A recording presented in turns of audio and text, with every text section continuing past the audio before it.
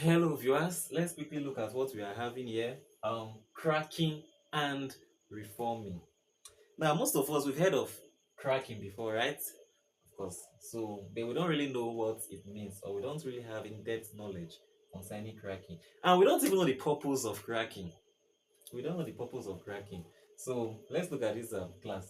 And we said cracking is a process by which a heavier hydrocarbon is broken down into two or more lighter hydrocarbon what?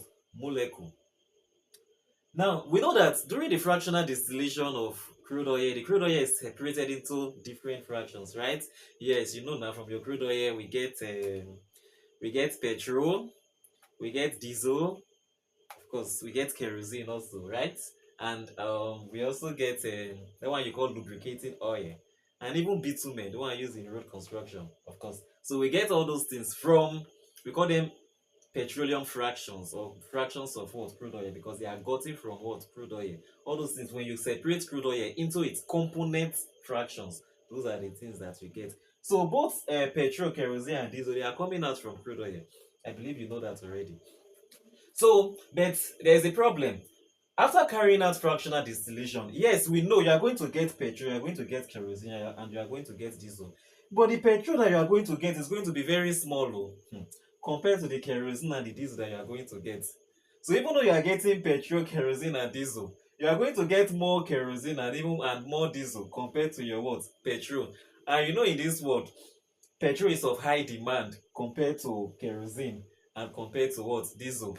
In Nigeria, for example, sef, the liters of petrol that we consume every day, according to statistics, is about 50 million liters.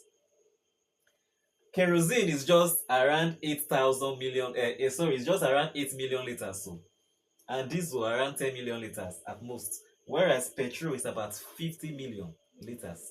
So, and during fractional distillation, we have less of petrol and more of kerosene. That means the petrol we are even having is not sufficient to meet the demand, whereas the kerosene is more than sufficient.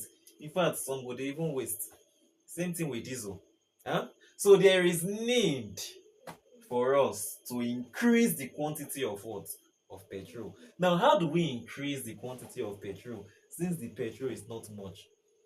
That's where cracking comes into what? Play. We said it's the process of converting larger molecules of hydrocarbon into smaller what?